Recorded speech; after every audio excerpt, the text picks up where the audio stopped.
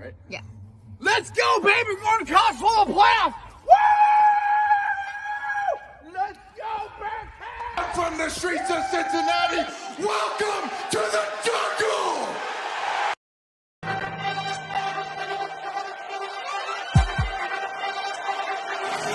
Let's go.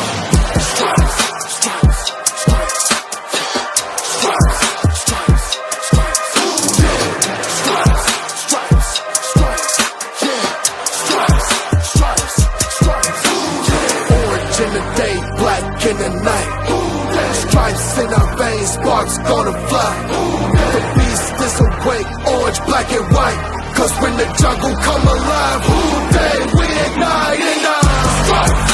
Cincinnati, we gon' rise and in the jungle we unite and dripping orange and black and white. All day when we fight, live and die in these stripes. Wake up the feast, every damn day is a feast. Time to bust it off the leash. In the jungle dripping heat, tigers strike the city streets. East side stand up, west side stand up. If you reppin' who they, time to put your hands up. Bengals stripes, we in it. New day, new age, yeah, we get it. Cincinnati jungle fitted. Who they in our house, we win it. Orange and black and white, we build it. Earn our stripes, you know we kill it. Bleed our colors, jungle dripping. Nasty, natty, yeah, we lit it. Lit the crowd, get the city loud. Yeah, we feasting now. Fit the pounds, make the city howl. Now we beastin' now. Thunder through the tunnel, from the sideline to the huddle. Stripes we tatted on the jungle when we flex that who they muscle on them.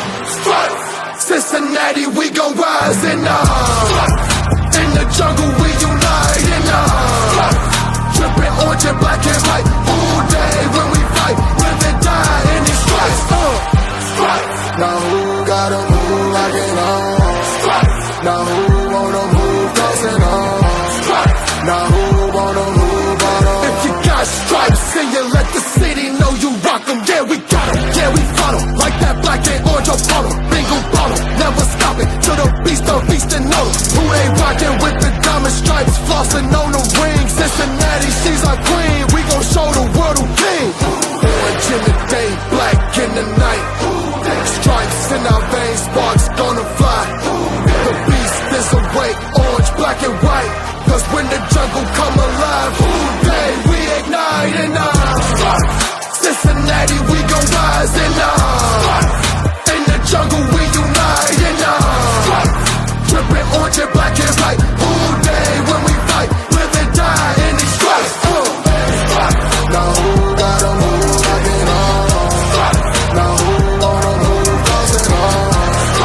Now who wanna move on? All day when we fight, live and die in these stripes. Hey guys, what's going on? Welcome to the show. This is Sports with Strawberry Ice. I'm your host, the Iceman, Jeff Trenopole, and as always, I'm bringing you sports from a West Side point of view right here in the great city of Cincinnati, Ohio, home of the Cincinnati Bengals and the number 4 ranked University of Cincinnati Bearcat football team, first team in college football history from a group of 5 schools to be in the college football playoffs. I cannot freaking wait. Now, do me a favor. If you found the show, hit that like and subscribe button. Smash that thumbs up. I'm up to 1,417 subscribers. I'm kind of stuck there. Let's try to get some more subscribers. I would greatly appreciate it. Now, if you're watching on Facebook or Twitter and you have yet, like I said, to subscribe to my channel, please do so. Go to Sports with Strawberry Ice. Hit the bell for the notification. Hit the bell for the subscription. And every time I go live, you'll be notified. Also, exclusively in the YouTube chat crew, we're doing super chats. So if you'd like to support what I'm doing, or you want to make sure you get your comment read, give me a super chat. I'd greatly appreciate it. Now, as always, I'm coming to you live from the ice cave, and it's cold as balls down here right now because I'm in the basement and it's freezing. But I got the heater kicked on, so hopefully it'll warm up. But the ice cave is brought to you by T Properties. T Properties, quality housing for quality people. Check out their website at www.tpropertiesllc.com for all your rental property management needs and your rental needs.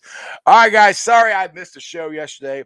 I had a guest, and he rescheduled. And like I said, I've been working crazy hours, and I just didn't have time to set the show up, and I went to bed like at 7 o'clock last night. So I was tired. But I'm back at it today. I got a very special guest. He is a crazy guy from Boston, as a running joke, if you know what I mean. He's not from Boston. He's from across the pond. He is from the Full 10 Yards podcast. He is Kieran. Kieran, what's going on, brother? Bought my little Boston flag so everyone knows where I'm from today. There you go. Love it, love it, love it, love it. That dude, you're always gonna be that guy from Boston for me. That's just I'm never gonna escape that one random dude at PBS. That's just gonna be you. You're gonna be the guy from Boston, no matter. We'll be 80 years old. Like, hey, that's the guy from Boston. What's going on, man? All right, so let's get into this. We have a Bengals loss from the Chargers. We are going to take on the COURSE-UNiners, and we got the Bearcats in the college football playoffs. Let's start with Joe Burrow's pinky.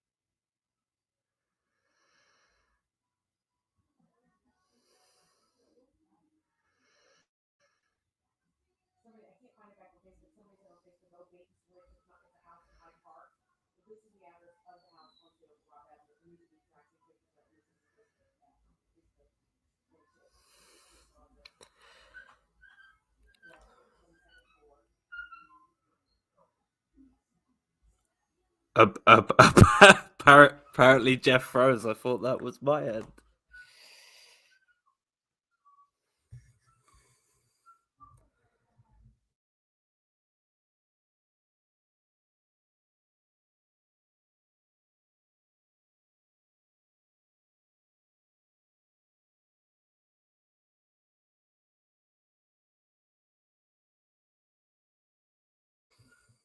I'm working on getting Jeff back, guys. Sorry.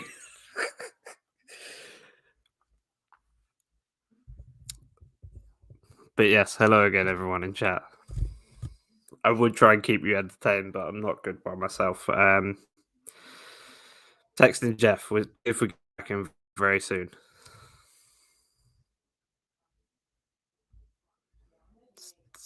It's bad manners.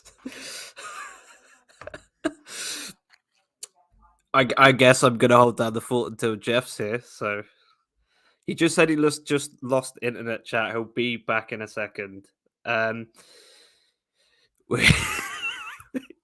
You are our content writers. That's hilarious. Put some messages in chat for when Jeff gets back. I want to see his face.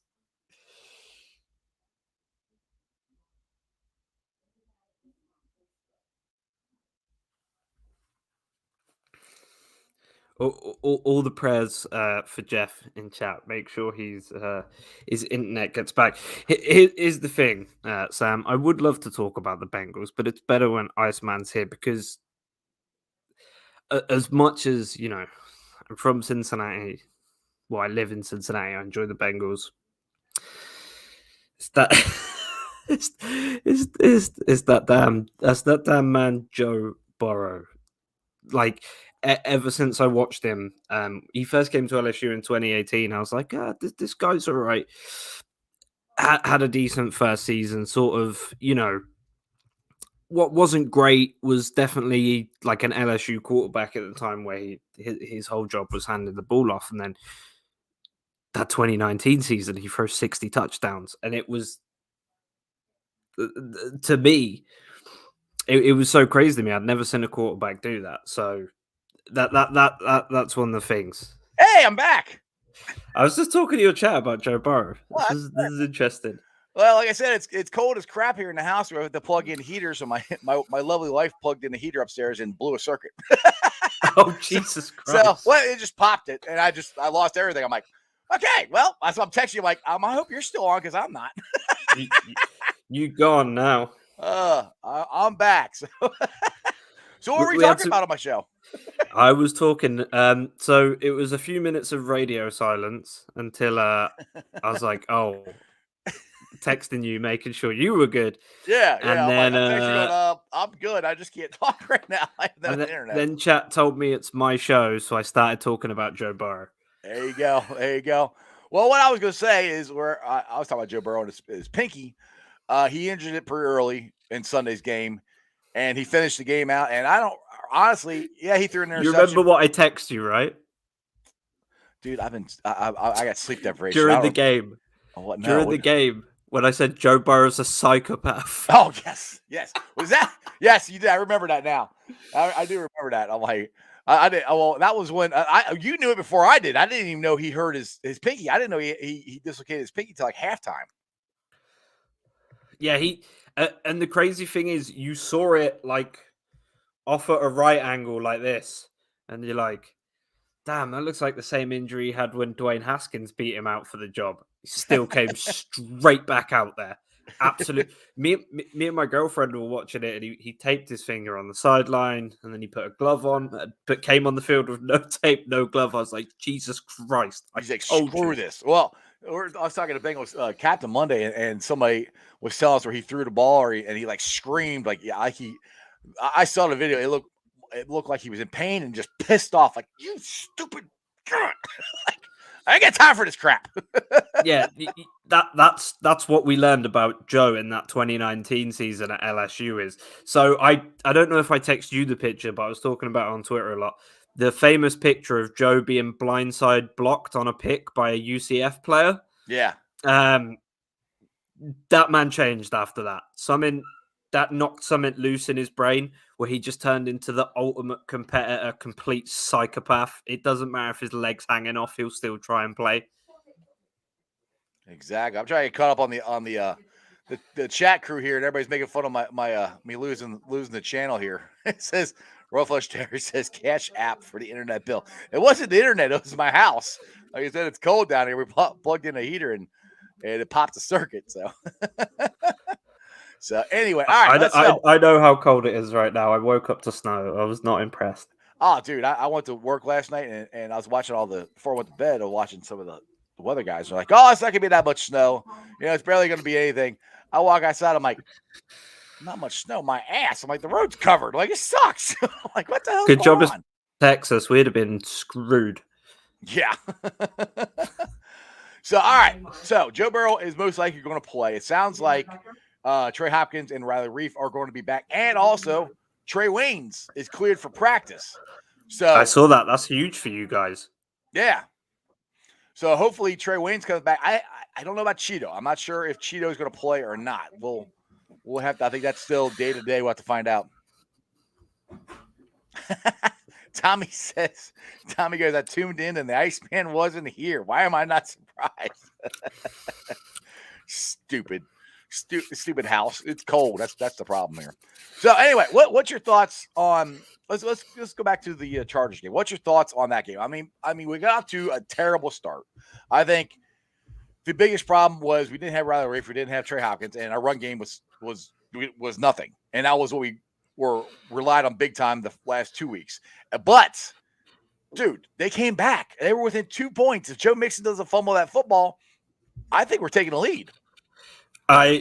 This is controversial because you know how diehard LSU I am, but I honestly think that Jamar Chase pick where he basically handed the ball behind him, that sort of changed the momentum of the game. You strike that deep pass and that's a touchdown. You guys just the entire team's headspace is different from then on, and I think that had something to do with it, maybe not the entire thing, but I don't want to take anything away from Justin Herbert. The Chargers are a very good football team, but they also have the same problem the Bengals do right now. They have an immense quarterback, some really talented players, but sometimes they just can't put it together on the field. What did I say to you this Sunday? Sorry, the only team that's really beat the Bengals this year has been the Bengals. Yeah, it's the Bengals. I mean, and again, that's not to take anything away from the Chargers, but let's be honest. If Uno catches the damn ball that's a touchdown. If Joe Mixon doesn't fumble the ball, that's a touchdown. That's 14 points. And like I said, when Joe Mixon did it, we're only 2 points down. I think I'm going to say I think we're winning the game. We're at least taking the lead. What happens after that, I don't know. But the momentum was starting to switch. And as soon as Joe Mixon fumbled that ball, all the air went out of the stadium, and they still came back. They drove down the field, and Burrow tried to force one in and threw another interception. And it was just a very disappointing game. And I keep saying that we are a young team, and we're going to have the ups and downs. That's what happens when you have a young team. That's what happens when you have a team learning how to win, and that's where they're at. But with the COURSE coming up, I mean, hell, they lost to Seattle. So I mean, and I don't know if Debo is going to play, but when Debo doesn't play for the COURSE, that's a huge loss for them. I mean, he basically is their offense right now. He does everything as well. He plays running back. He's like a blocking tight end on some plays. He's obviously a wide receiver. He's absolutely ridiculous in the utility, and that's what you guys have really got to focus. You don't have Logan Wilson, which is a bit of a problem, but as long as you guys make sure you've got guys who can come up, set the edges correctly, you've got guys down there in the box who are going to seal gaps as they open, I think you can just shut down their entire run offense. And you've got to make Jimmy G pass the ball now. I'm not saying Jimmy G's a bad quarterback by any stretch of the imagination. He is a very average starter. He's no jackpot. Let's be honest. No, exactly. He's a very average starter. So yeah, he'll make you some throws. He'll hit you some third downs, but he doesn't really have that X factor that's going to make you want to come and win, like we saw with Joe Burrow in that Jacksonville game. A game that I'm surprised not a lot of Bengals fans seem to remember this Sunday, because a lot of people were losing their damn minds, and I was there like, hold on. I've seen this before. Don't worry about it. I was saying that exact same thing to my son. I said, we can come back in this thing. He's like, it's over. I was like, it's not over. And then we came back, scored a touchdown. I said, see, we're coming back. And then we scored another one. I was like, dude, we're driving. And then Mixon fumbled the ball. Now let's get to, we know that Logan Wilson he's going to be out this Sunday. I mean, separated shoulder. He ain't playing this Sunday. Hopefully he's back the next week. Lindsay says they need to talk to Zach Carpenter. And I know Zach Taylor has talked about trying to possibly get a linebacker in. I would be surprised if they don't sign one. I'm sure they've worked some out. What's your thoughts on Zach Carpenter?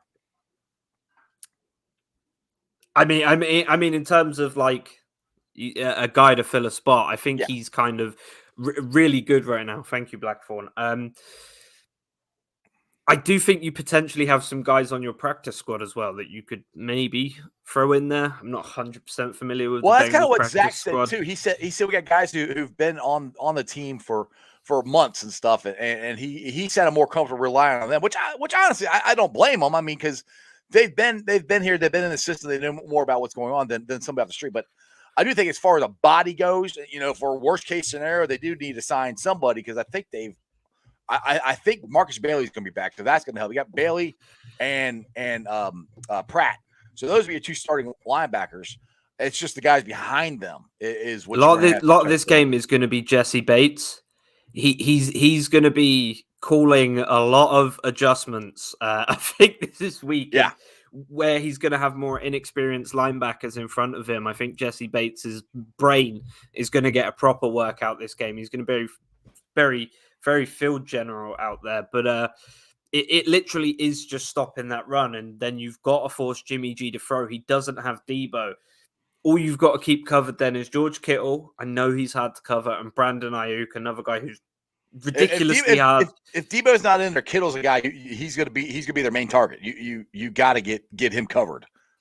Yeah, but you are lucky in the fact that now they don't have Debo, their run game is going to be incredibly inconsistent, because the only guy we see playing consistent roles for them in their run game is a wide receiver, which kind of talks to how the 49ers are as a team. But fingers crossed you get lucky and they start Trey Lance, and you can absolutely pick that bitch off 3 or 4 times. Exactly. And the thing is, Jimmy G will throw it to you.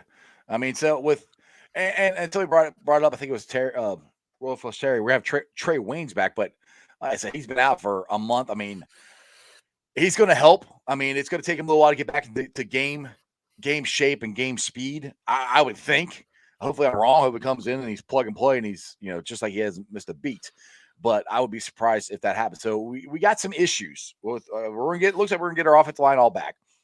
Bailey and Pratt are certainly going to earn themselves a little bit of extra money in the game time they play this week, because one of them or both of them potentially is just going to have to sit on a zone in the middle of the field, and the other one's going to have to cover Jimmy G, and then they're going to have to bring a safety or a corner to help as well, because he's just like ridiculous. Tommy says he said we may see Bell play a hybrid role this Sunday, which that I could totally see that. Jesse Bates is going to have to come up big. I mean, and I'm not banging on Jesse Bates, but he has unfortunately not had as good a year this year as he has did last year. Because I mean, I think it was Bengal Sands. I think it was him who put this up on Twitter. That or no, I take that back. It was the guys on NFL Live. Anyway, Jesse Bates got sucked in on one of the touchdown passes.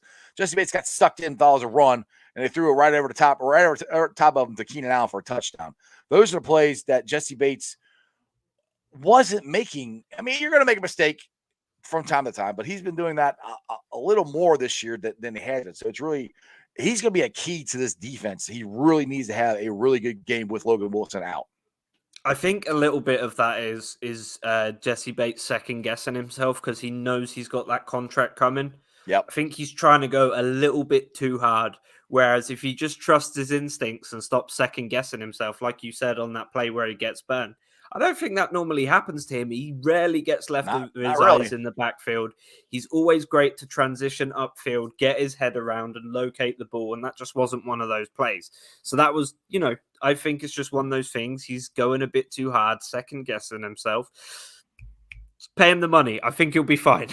Yeah, dude, I this is nothing against Jesse Bates. I still think he's one of the best safeties in the league, and I think they are going to sign him. And I said this before. Troy Blackburn told me after practice they want to sign him, but the agent wanted to wait till after the season. So, which I told you at the time shows massive maturity and massive team loyalty. Exactly. Let's get to Steven here, Montgomery. I think he's new to the show. You know what I got faith on is our D line disrupting Jimmy G. He hasn't once, right? He wasn't one the same a couple years ago, or hasn't been. I think he means it hasn't been the same as a couple years ago. Yeah, if we can get pressure, and I'll say it's the same I say every game. You get pressure on a quarterback, it changes everything. And this D line has pretty consistently gotten pressure on the quarterbacks this season. And you get the pressure on Jimmy G, he's going to throw the ball to you. So I'm very confident. I mean, usually when the Bengals this year have lost a game that they shouldn't have, they bounce back the next week and they're ready to go. So, and it's the COURSE-Niners, and I will never root for the COURSE-Niners ever. That's why I call them the COURSE-Niners. They're so up and down, though. They'll have performances where they look like the team they were when they went to the Super Bowl, and then a week later they'll get absolutely thrashed by the Seahawks, and it really doesn't make sense to me. And I think a coaching is the lot of their inconsistency. Shanahan, he's so hot and cold, because look at Jimmy G when he first arrived at San Fran, and yeah, he has a winning record with Jimmy G as a starter, but compare that to how Jimmy G played in New England, for example. Under the world's best coach, a man who can win a game against Buffalo with only 2 completed passes. You're not biased at all, are you? When you say that at all, being a Patriots fan? It's nothing to do with me being from Boston. See, that's exactly. See, you're from Boston and you're a Patriots fan, exactly. All right, Jeff Holmes here says Jeremy Flowers, ESPN tweeted yesterday that the Bengals are hoping that Logan Wilson's shoulder injury will keep him out 1, maybe 2 games. Probably longer. I mean, I've dislocated my shoulder before. I'm not trying to play football. It hurts it hurts like crazy. Especially linebacker. Yeah. And the thing, as long as he didn't tear anything, it's just a matter of just getting the shoulder strong enough to be able to move. I mean, look, you're going to rehab a shoulder. It's way different in the NFL than whatever I did. I mean, I popped mine out 10 years ago. And honestly, in the last 2 years, it's finally feeling back to normal. Now I popped it out twice. So that Bro, didn't my help. knees still hurt when it gets this cold. But Yeah. with him, you don't want to rush him back. That's the problem, No, especially if exactly. you guys do have playoff aspirations. He's going to be very important in the postseason. So you don't want to bring him back early and then get to the postseason and he plays like he's got a rock in his shoe Well, that's the thing for the too. whole Is time. that's a great point you said. I mean, I think the Bengals and Zach Taylor said this in his press conference today. Right now, the Bengals don't have to rely on anybody to get in the playoffs. It's all on them. It's all in front of them. So if they can take care of business and get into the playoffs, and if we have to wait till the playoffs to get Logan Wilson back, then I would prefer that, or not prefer that. I would do that, because rushing him back, it can be a lingering effect onto next year and into the future. I would rather him come back as close to 100% as he can. I mean, he pops his shoulder out. It's not going to be 100% at all this year. It's just not going to. You dislocate a joint, any joint, same with Joe Burrow's finger. You dislocate something like that, it's not going to be good all year. They're just going to have to deal with it, get to more they can play with. Now, the difference between Joe Burrow's pinky and Logan Wilson's shoulder, it's a big difference. I mean, if Joe Burrow popped his shoulder out, he'd be done for a while. Now, Joe, it's just a pinky. And when you're trying to throw a football, the pinky is the least used part of the finger, so it's not as big of a deal, so he can play through it. Yeah, he's going to be throwing passes like, posh people sip their champagne. Pinky Just like out. There's English guys. Cheerio. Yeah, Cheerio. that's his afternoon tea pass. Exactly. But yeah, Stevens just mentioned in the chat, Mixon will have to be the difference, and that is 100% true. That is true. But we've seen Mixon can go off. He's had games this season where he's gone for nearly 200 yards on the ground. He's an absolute animal. You just got to keep feeding him. Don't fall into the trap that Zach Taylor does a lot, where he doesn't get those big runs early and then kind of puts too much on Joe. We're forgetting Joe is still a second-year quarterback, and we've only seen him once without the brace off, and I don't think it was a good game for him. Now, I don't know how much of that was the mental side of the game, where he maybe was getting rid of the ball a little bit too early, not trying to get hit on that, freshly unbuckled knee. It's tough. It's tough. All right, Terry here says, if we won't get Wilson back unless we make a deep playoff run, let's just make a deep playoff run. Yeah, exactly. And I'm not saying that. I mean, it depends on how. I mean, he could come back. I think at the earliest he's out for two weeks. That's just my personal opinion from dealing with popping a shoulder out. I think it's going to be at least 2 weeks, and he's going to have some kind of strap or something on that shoulder, so he doesn't pop it out again. Because like I said, from personal experience, once you pop those things out, it's easy to pop them out again, for the rest of your life. If he's there to support you guys this weekend, I guarantee you'll see him strapped up, unless he decides to, I don't know, stay home, get healthy. But knowing who Logan Wilson is, and before he got drafted, by the way, I wrote a lovely little piece on Logan Wilson talking about how he would be the steal of the draft at linebacker. So you can call me Mystic KP. I predict these things, but he's that sort of guy. He is very much a team player. People love him. He's a big locker room guy. So if he wasn't there, if you don't see him on the sidelines, I will be surprised. Oh, yeah, he's going to be on the sidelines. I would be shocked if he's not. Steven here says, I feel like the Chargers had a game plan for him.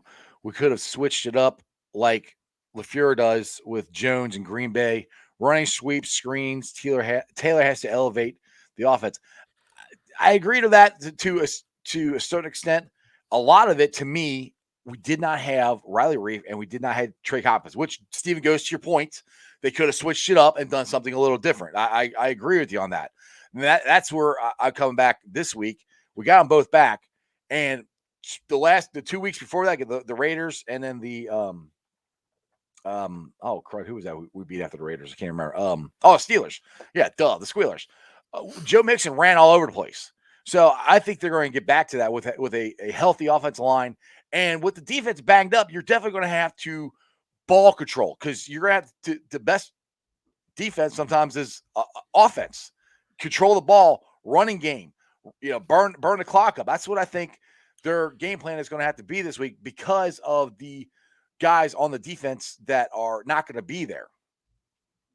Yeah, you got such good run blockers now. I've seen you absolutely bully people this season. So not giving it to...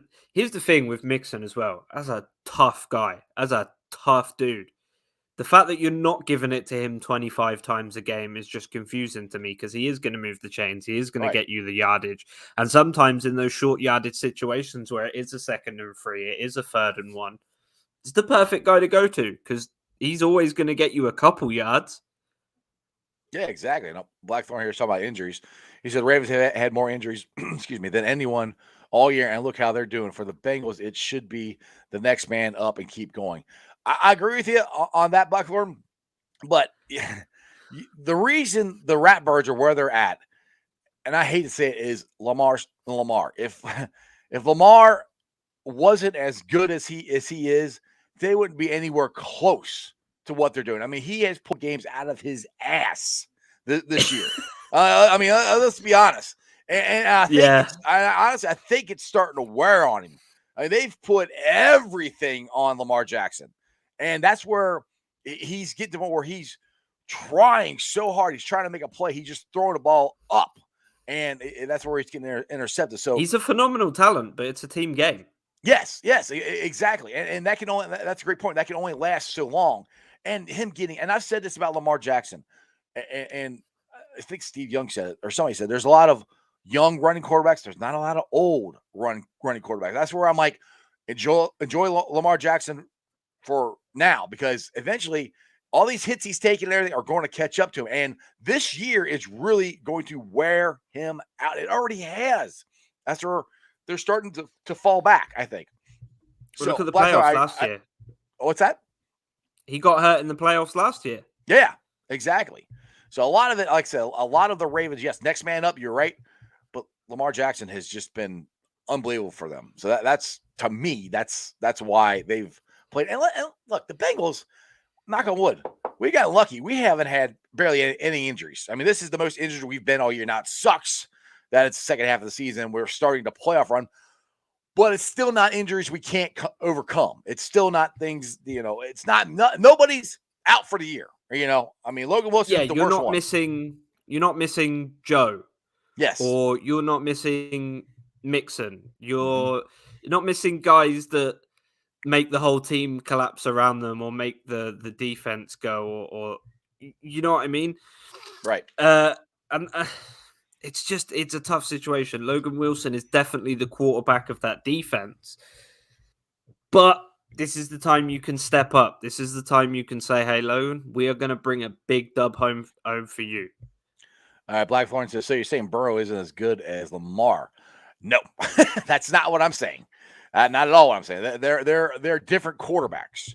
They're completely different quarterbacks, and they are in different parts of their career. Like you said earlier in the broadcast here, Joe is technically barely past his rookie year as far as games played. Lamar Jackson is like, 3-4 games into his second season? Yeah. I mean, Lamar Jackson is in his fourth year. When Joe Burrow is in his fourth year, trust me, he's going to be at the top of this league. I mean, I have no doubt about that whatsoever. It's just they're in different journeys of their career is where I'm at. And Lamar, just watch Lamar Jackson. I mean, he's made some unbelievable plays this year. I mean, he's electric. I said he was probably one of the best quarterbacks coming out of that draft class. Tom Brady even said that's one of the most immensely talented quarterbacks I've ever seen.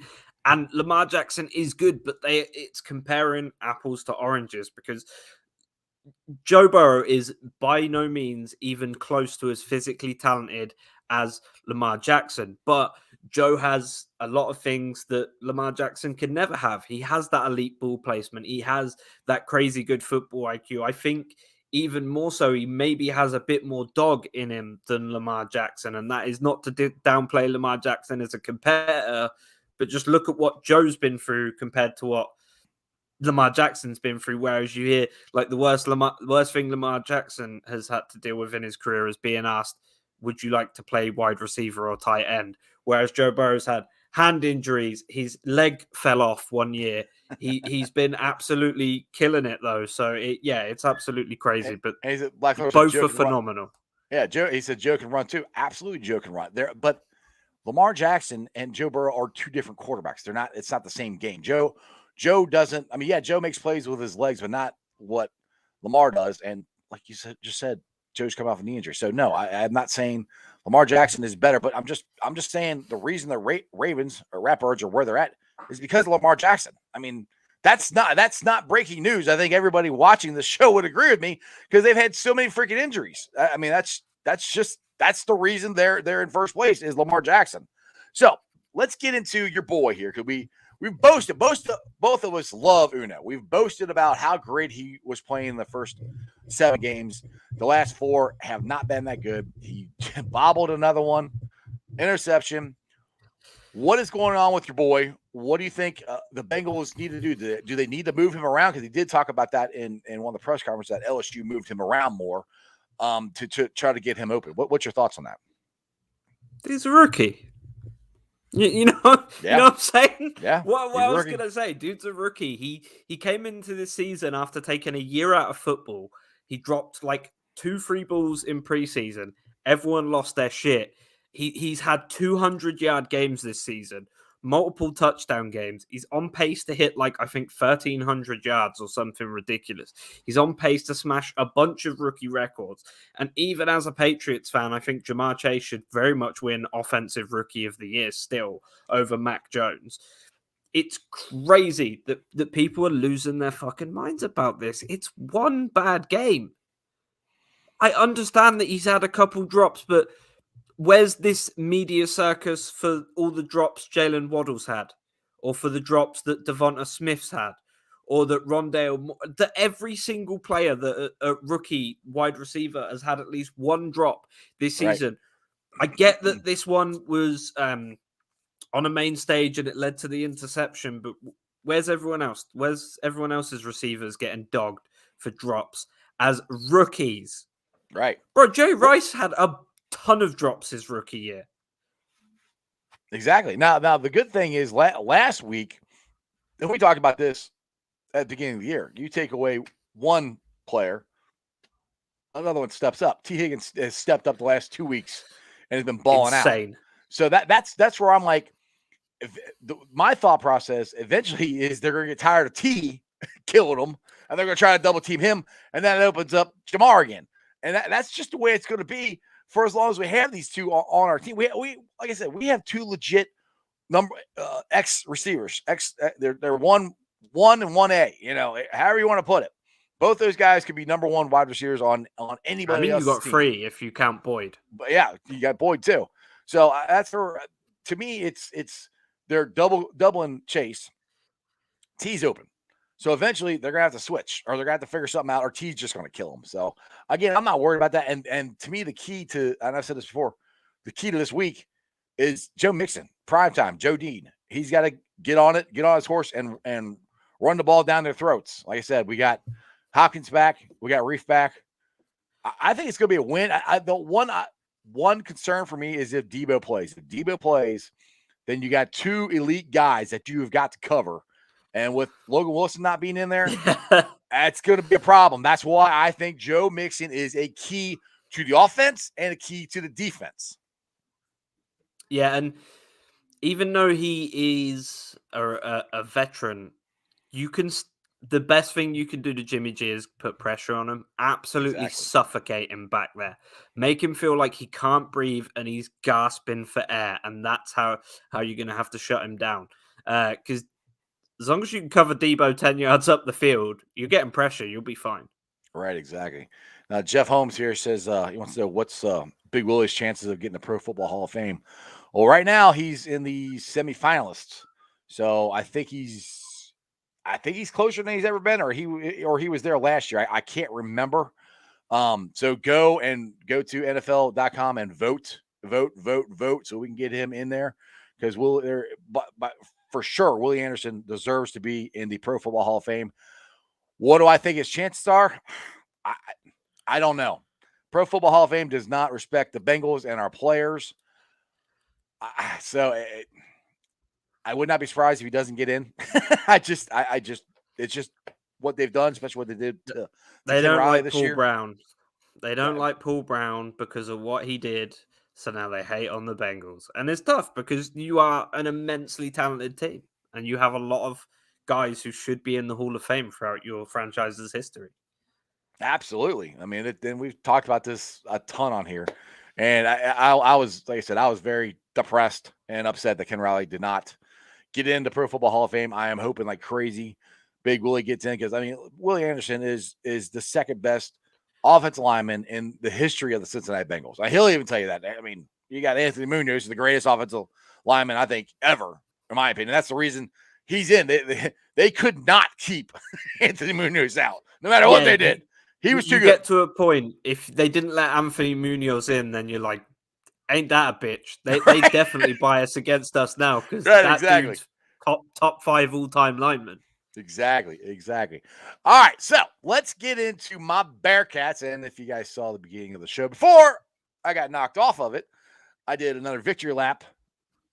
And my legs are getting sore. I'm getting a lot of exercises doing all these victory laps between the Bengals and the Bearcats. It's kind of cool. Okay, so we're taking on Alabama. And of course, everybody goes, well, it was fun. Like my brother-in-law kills me. He did this last year. He's a Florida fan. He's SEC blowhard. Boo. Hate to be a Gator. Hate to be a Gator. And he did this to me last year. He's like, well, they're about to get their ass whooped from Georgia. And I said, oh, yeah? Well, that wasn't true. We didn't get our ass whooped from Georgia. We should have freaking won the game, to be honest.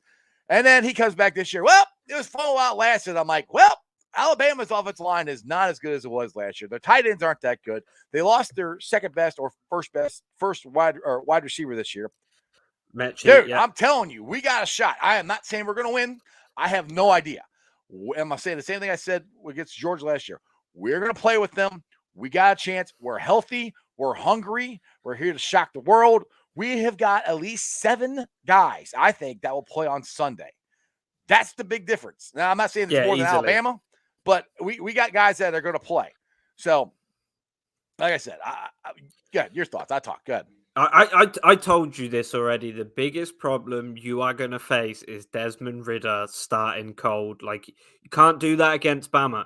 Nope. You guys have got to be on your shit from the second you kick that ball off till the second the ref blows the final game whistle. You guys, Desmond Ridder needs to... I don't care if you have to throw like 5 or 6 3-yard slants to Alec Pierce in a row or to Josh Weil in a row. You need to get him going early. Him going, yep. Pound that motherfucker. And then when they're starting to get a little bit weak down the middle, sling that hoe.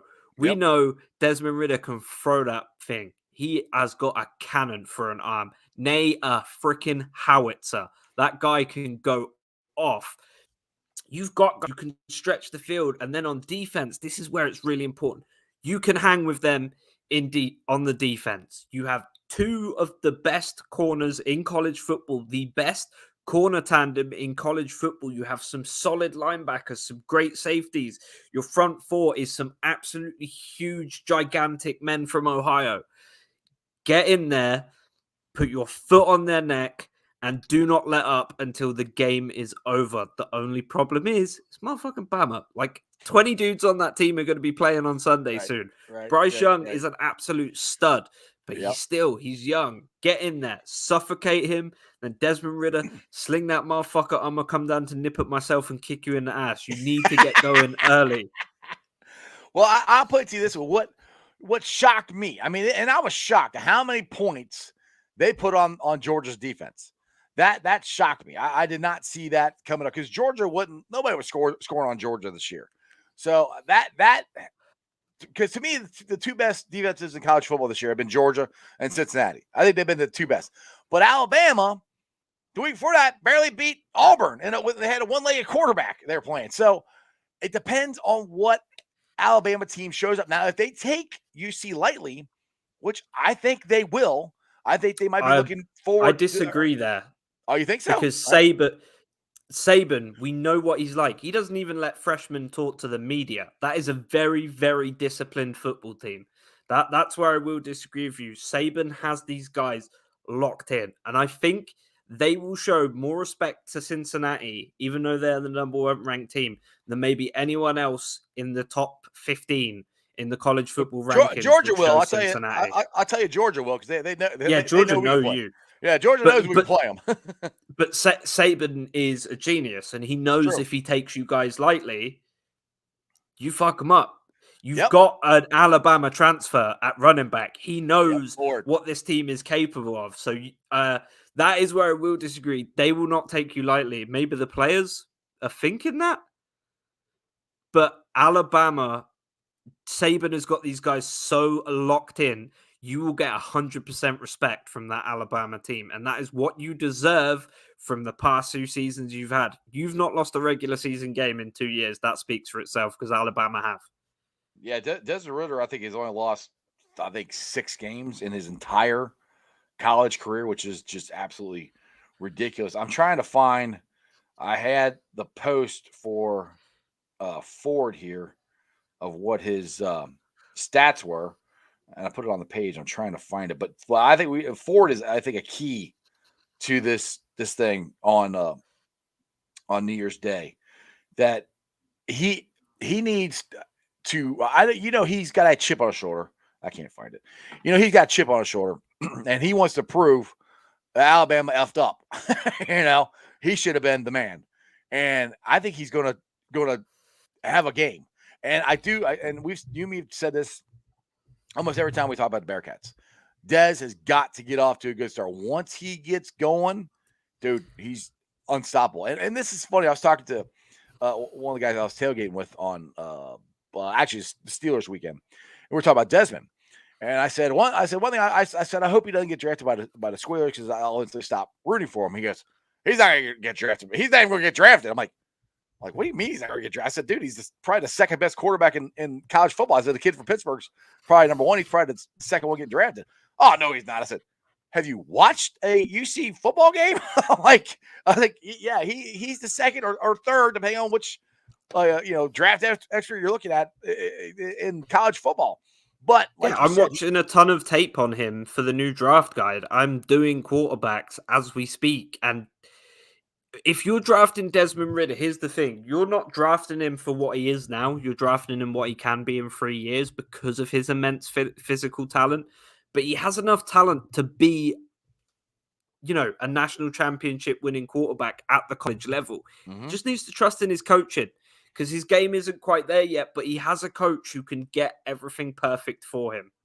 Well, I'll put it this way, and I've said this before, and I said this at the beginning of the year. I don't care what conference you're in.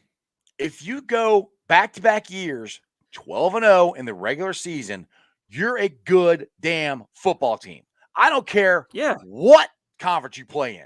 You can sit there and say, well, if you go in the SEC, you would have done this. The SEC had 2 teams this year. That's it. 2 really good teams. But the rest of the conference is down. I mean, let's be honest. Everybody keeps talking about SEC this, SEC that. Everybody else fired their coaches because they sucked, So, I mean, in Alabama and Georgia, to be honest, true. Who have they played? I mean, really? Because you say they played SEC. Okay, well, the SEC sucked this year. I mean, they're not as good as they have been in past years, in my opinion. The problem with the is everyone your game and get caught like Bama did against A&M. Or like Georgia did against Bama. It's such a tough conference to be in, but that's where it plays into Cincinnati's advantage. They don't have, they've never played Alabama like this form of Alabama. So it's not like some big boogeyman or some monkey they've got to get off their back. They're going to go in there. They know Alabama is going to respect them, but give them no room on that field. So what you guys need to do, just get off early. Even if you don't put points up immediately, get some first downs, get Desmond comfortable, get Ford some carries. Just get out there and get loose because Fickle's a genius when it comes to coaching. Look at what he's done with this school. He was never expected to do anything at Cincinnati. People thought, he'll be back to Ohio State in a few years, which, by the way, with all these job vacancies flying around, the only way I ever see him leaving is for Ohio State. Yeah, me too. Boo. Ohio State sucks, but he is an alum. Right. But, and he played there. Well, that's he's a genius. he's a genius coach. He's done so much with this team. He's an Ohio guy. And I think this game is going to mean more to him than the Georgia game did last year in that COVID-hampered season when no really give a shit about the bowl games. This year is special. Kieran, they have a chance. They already made history. They have a chance. They're already going down as the greatest football team in UC history. If they beat Alabama, you guys don't give a fuck if you win the college football championship if you beat Bama. That's the thing. If they beat Bama, nobody will remember who wins the national championship. They'll just be like, oh, yeah, remember Alabama lost to Cincinnati, the lowly Cincinnati. That'll be the biggest win of the college football season if Cincinnati can do this thing. Like I said, it'll be more. People will remember that more than they'll remember who won the national championship because it'll be such a shock. I mean, I think they're 14.5-point underdogs. I think it's going to grow. It's going to get bigger than that. I think by the time, we got what, 3 weeks until I the think game. You're looking at probably 24 points by the time the game I wish starts. I could remember what the point spread was for the Georgia game last year because I know they didn't give us a chance at Georgia last year in the Peach Bowl. And like I said, a lot of people lost money on that. Oh, yeah. Trying to cover the spread. Look, and I wish I could remember. I cannot remember. He plays for the Clowns now, but the offensive lineman who got thrown out in that game.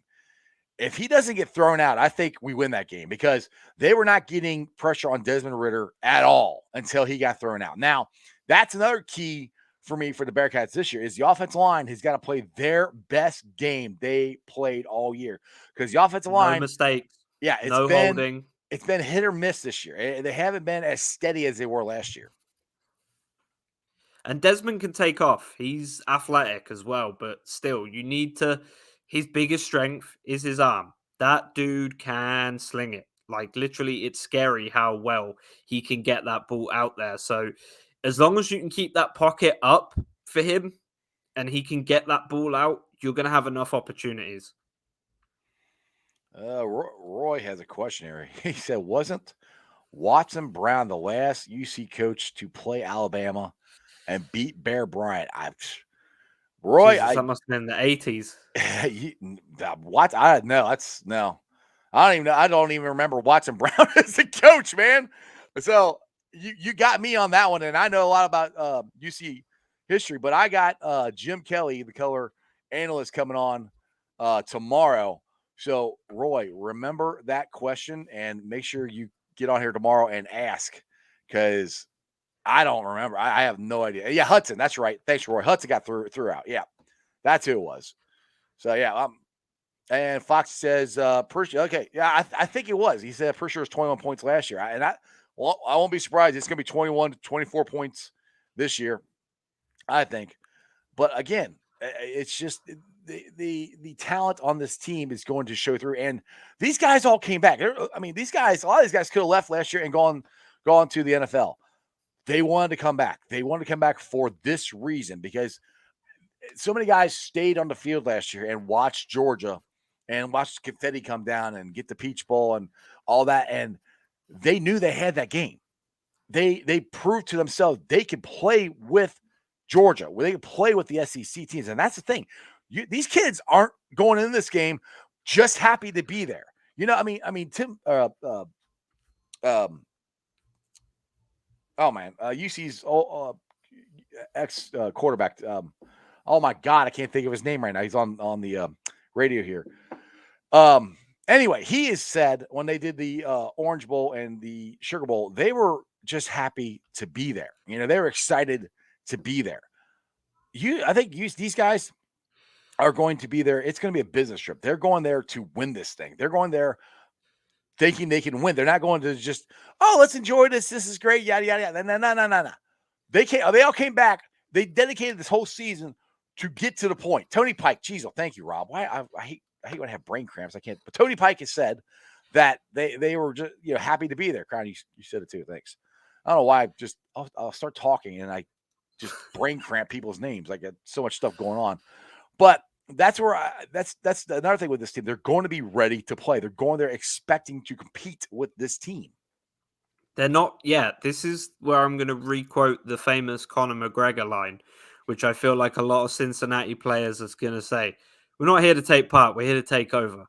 Exactly. Damn right. This is a business trip. You guys are going to be dialed in a week out. You are going to be ready. And you got to come ready. It's Bama. That's a good team, guys. That's a very, very good team. Yeah, Rob says it's cold. My brain freezes for my basement being cold. I agree with you on that, dude. It's starting to warm up, though, man. It's starting to warm up, so that helps. All right, Cincinnati Bengals here said let's go see. Let's upset Alabama. Let's go to the Cotton Bowl. Let's go. I would love to go to Cotton Bowl. It's like freaking $200 is the cheapest ticket.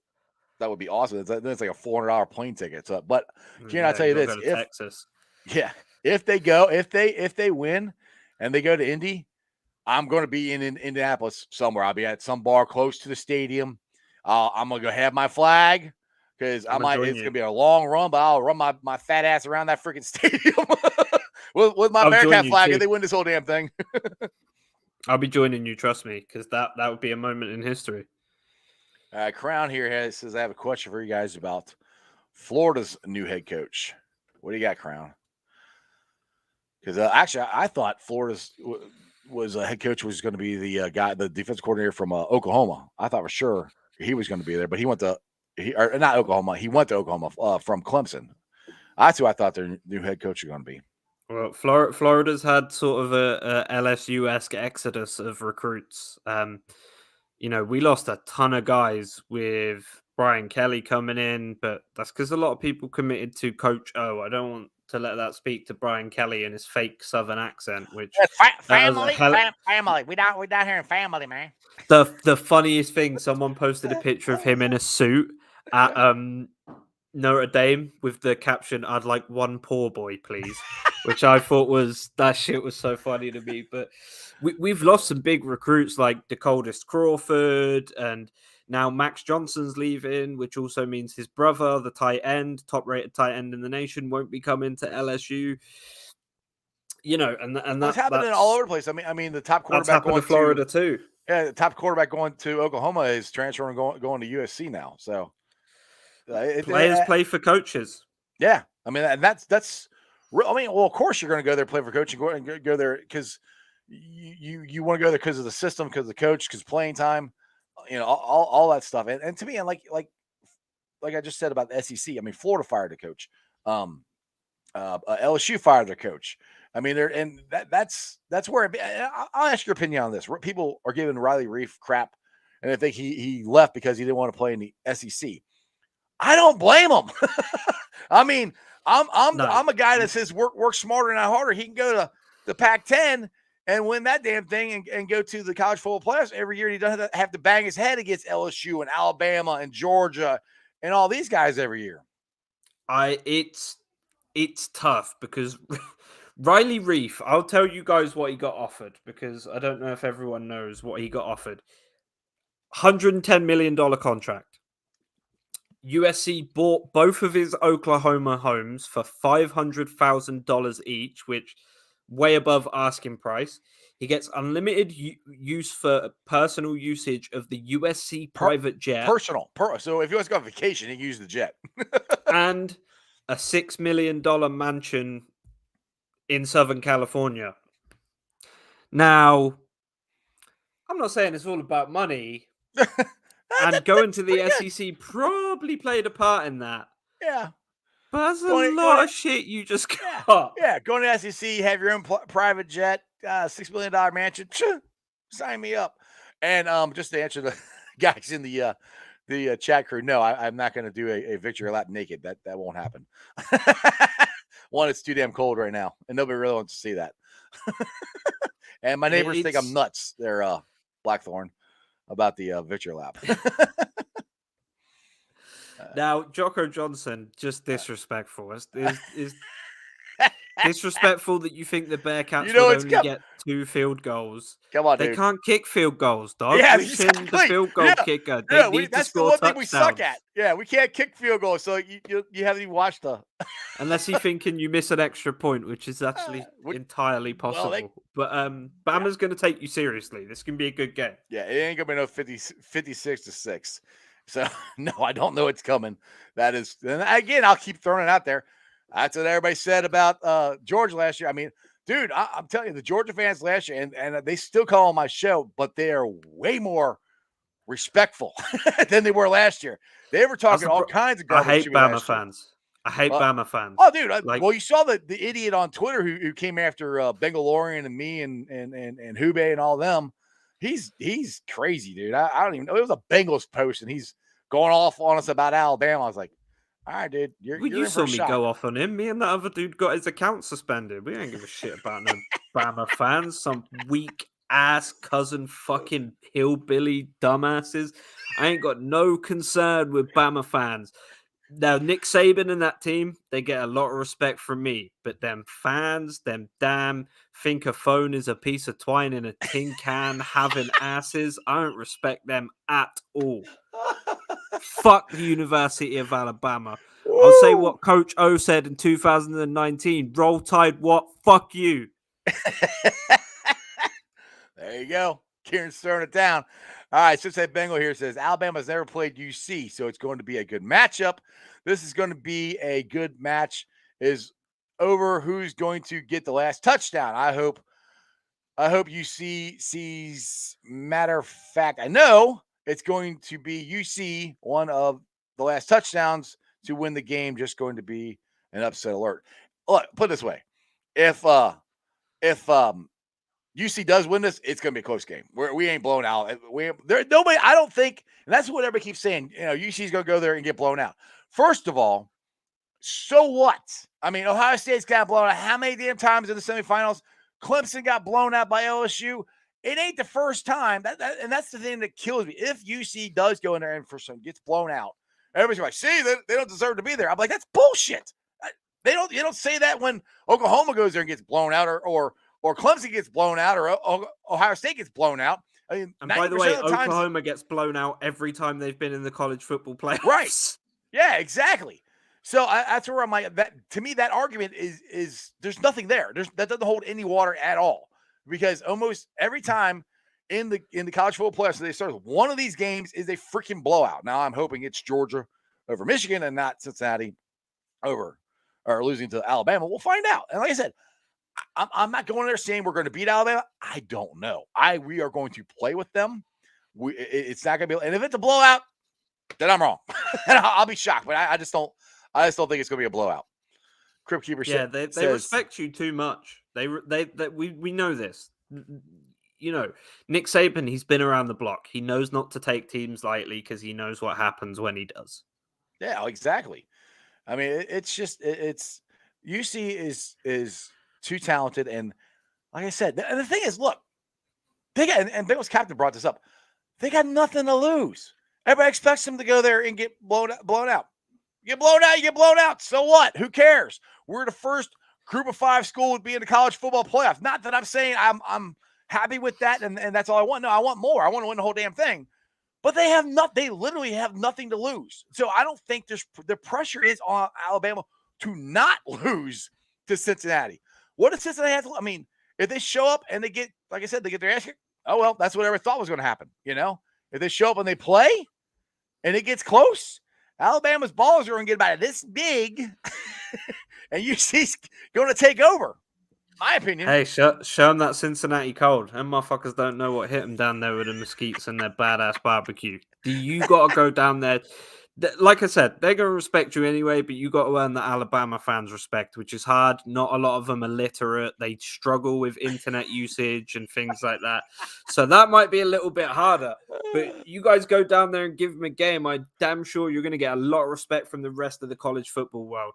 Oh, absolutely. And that's the thing. And that's what these players are looking for. No matter what they say, they don't pay attention yet. Bull crap. They pay attention. They want respect put on the University of Cincinnati, and it's going to happen. And well, I mean, either way, because if it's a close game, it's going to be put on them. If they win it, it's definitely going to be put on it. So even if you lose, you still haven't lost a regular season game in 2 fucking years. That's not done often in the college football world. We haven't lost a home game in 4 years. 4 years. We've been undefeated at home for 4 years. I don't know what the hell the record is, but that's pretty good. Again, I don't care what conference you're in. First of all, you go 2 years undefeated. That's damn hard. You go 4 years without losing a game. Desmond Ridder has only lost, I think, 6 games in his whole college football career. If he wins, I think he's third right now. He's third right now as the third winningest college quarterback in college football history. We're talking history, okay? I think he's at 43, and Colt McCoy's got 45 or 47, somewhere around there. Who's the winning? It's Kellen Moore, right? Yeah, Kellen Moore's he's 50, got 50. 50 and 3. Yeah, he's not catching them, but he's got a chance to tie. If you win the whole thing, he's got a chance to tie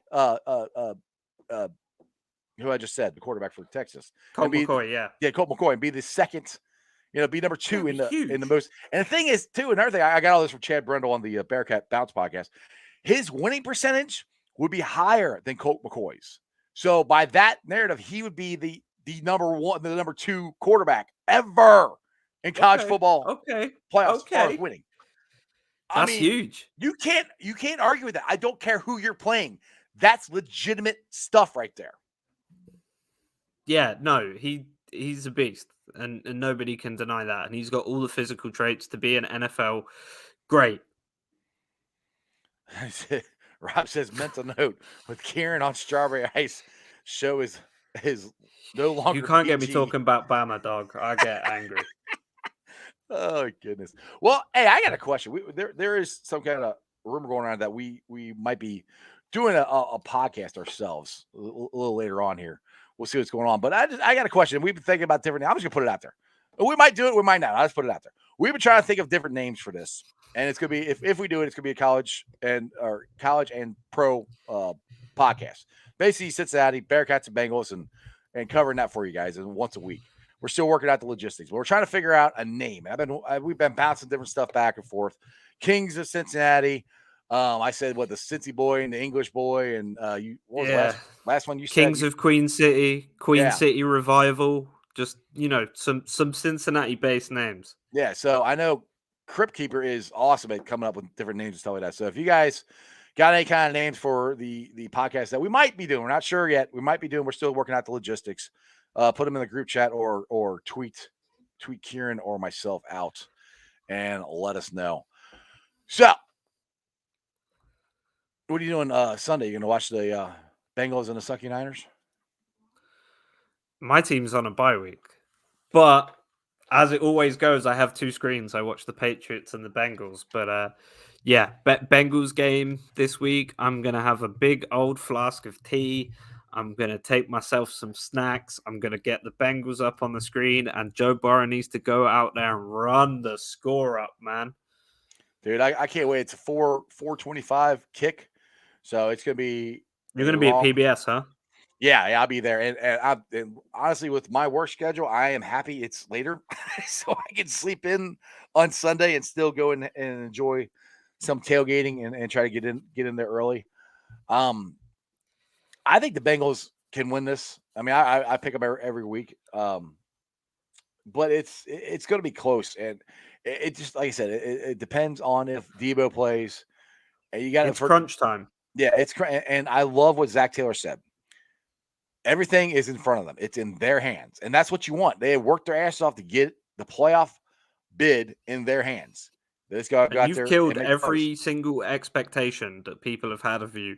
People coming out of the season, they're going to be 2-15. Oh, they're not going to be above 500. Shut the fuck up. Do you see the talent this team has? This Cincinnati Bengals team is very, very good, and I'm sick of people disparaging them, man. Me too, dude. I've been fighting it all year. And the thing, because everybody keeps saying, next year is going to be the year. Well, I agree. Next year we're going to be even better because we're going to have players. Not that we didn't have players come this year that want to come. We're going to have more players that are going to want to come and play with Jackpot Joey Burrow, Jamar Chase, and the rest of these guys. And we got a chance, I think, to make a run, a multiple run here. I think this division is theirs for the Bengals to take. I mean, the Ravens, like I said, they're getting injured. Browns aren't what they thought they were. You are a popular landing spot now. You are a very popular landing spot. Mm-hmm. You're going to have, hopefully in the next few years, you're going to have some big name free agents drinking their beer outside Great American Ballpark in the little Dora spots. The city is going to have some big hitters coming, and it's mainly because of Joe Burrow. But now maybe finally we can dead the media narrative and idiots like Colin Cowhead talking a load of crap about nobody wants to go play there. They have to practice outside. Oh, yeah, like a God. little bit of cold ever hurt everyone, you soft California ass. Exactly. Yeah, Rob Duggan here says we have Joseph Osai back next year. I can't wait to see him play. I was so disappointed. Yeah, Cripps got one. Beat down. Why do they always think I love beans? You're from Boston, eh? You're from Boston. I do like that's beans why. on toast. Oh my goodness! All right, man. It's about 6:40. I think I'm gonna roll on out of here. Tell everybody you got the scouting guide coming up. I know you had some articles come out and you got your own podcast. So go ahead, promote yourself. Yeah, dropped a great article over on full10yards.com the other day about Quinn Ewers' possible landing site being Texas. And then, as if by magic, as if I'm some sort of genius, he visited with Texas this week. So guess I know what I'm talking about there. Well, he's from Texas. It just makes sense. Yeah, and if you head over to full10yards.com, you can also see my Twitter there on the screen. Head over there. We got a lot of big things coming in April, and then potentially a big, we just don't know where it's going to be hosted yet, but me and the Iceman have a very big announcement coming from you guys soon. We're just deciding where it's going to be. Yeah, we're gonna have the logistics. Yeah, then we'll get back to you. Exactly. All right, Kieran, as always, it's a blast. Who day, brother? Who day, bro? I'm going to go make dinner. Good to see you all, guys. Love you all in chat as well. All right, dude. Later. All right, guys. I hope you enjoyed that, as always, as much as I did. Kieran's a great guy. You know, he's from Boston. You know, he's not really from Boston, though. Like I said, if you watch this enough times, you know what I'm talking about. It's a little inside joke we got. But I like to thank the Facebook groups that let me live stream. And as always, I appreciate every single one of them there. Who Day Nation, Who Day Legion, Bearcat Ruckus of Bearcat Country, Cincinnati Reds, riding third, heading for home, the Ohio State Bucknuts, the Ice Bar. And then you follow me on all my social media platforms, all under Sports with Strawberry Ice. I'm on Facebook, Instagram, Twitter, and TikTok. Twitter handle is at Jeff A. Trinapola. TikTok is at Iceman90. If you missed the show and can't sit and watch this for an hour, you can listen to it. Check it out on the podcast. It's on BeanPod, Apple, iTunes, Spotify, Google, Stitcher Play, pretty much wherever you get your podcasts. Make sure you rate, like, and review. Give me a 5-star review. Leave a comment so more Cincinnati fans can find my podcast. I would greatly appreciate it. YouTubers, like I said, we're kind of stuck at 1,417 subscribers. That is awesome. I appreciate that. Trying to get to 2,000 by the time the Super Bowl rolls around. So tell your friends, tell your neighbors. Tell them to go subscribe to Sports with Strawberry Ice. I would greatly appreciate it. And I didn't even get to this. We got the Crosstown Shootout coming up Saturday, and it is at 8:30 on FS1. It'll be a very good game. I cannot wait to get to it. That's the only Cincinnati sport we have going until the Bengals play. This used to be a huge deal in the city. It's still a pretty big deal. It's not to where it was when we had Huggins and Pete Gillen and those guys, but I think Wes Miller is going to bring the Bearcats back. Mick Cronin, his record against Xavier wasn't very good. I hope Wes Miller turns it around and we get a win on Saturday. I cannot wait. I'm excited. Hopefully I'll get Terry Nelson on the show here sometime soon. Oh, and prayers for Herb Jones and his family. Unfortunately, Herb passed away this past week. Great Bearcat, member of the Final Four team. So, Terry, if you're watching, prayers to you and your family and friends and all your teammates. You lost a teammate. He has gone way too soon. So keep Herb and his family in your thoughts and prayers. And other than that, as my boy, Jeremy, Dimebag These Nuts, likes to say, remember one thing, and one thing only, and that is you don't live in Cleveland, you live in Cincinnati, so act like it. Who Day? And that's just sports, baby. We're going to college football playoffs. Can't wait. See ya! Yeah. Let's go, baby! We're going to college football playoffs! Woo! Let's go, Bearcats! Woo!